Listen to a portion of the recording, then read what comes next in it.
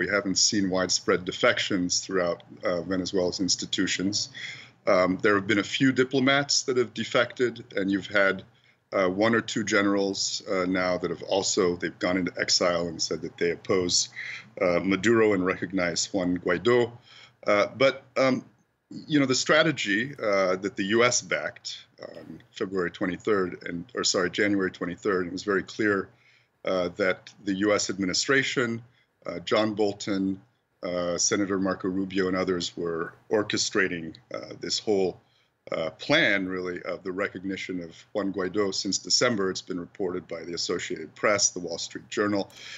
They were expecting the military to shift allegiance. Essentially, they were expecting a military coup to take place on January 23rd.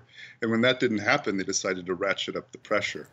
And it appears that most of the European governments have sort of fallen in line behind this strategy.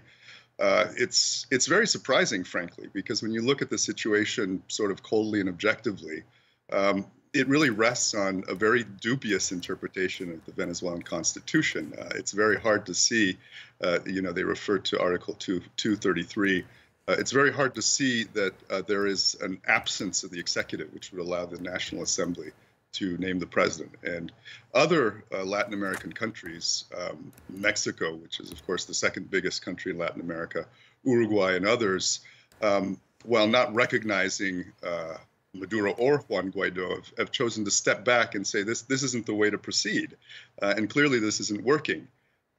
You need to have some form of dialogue. You need to have some form of negotiated settlement. And the strategy that's been chosen, and again, supported by the U.S., by the neoconservative John Bolton in particular, and by Senator Marco Rubio, really aims to polarize things with the hope that a coup d'etat will take place. Of course, that comes with significant risks. It comes with risks of severe violence, for instance, severe instability. And I think that's something that neither the U.S. nor the European governments that are recognizing Guaido at this moment have really thought about. What will happen if things really break down in Venezuela?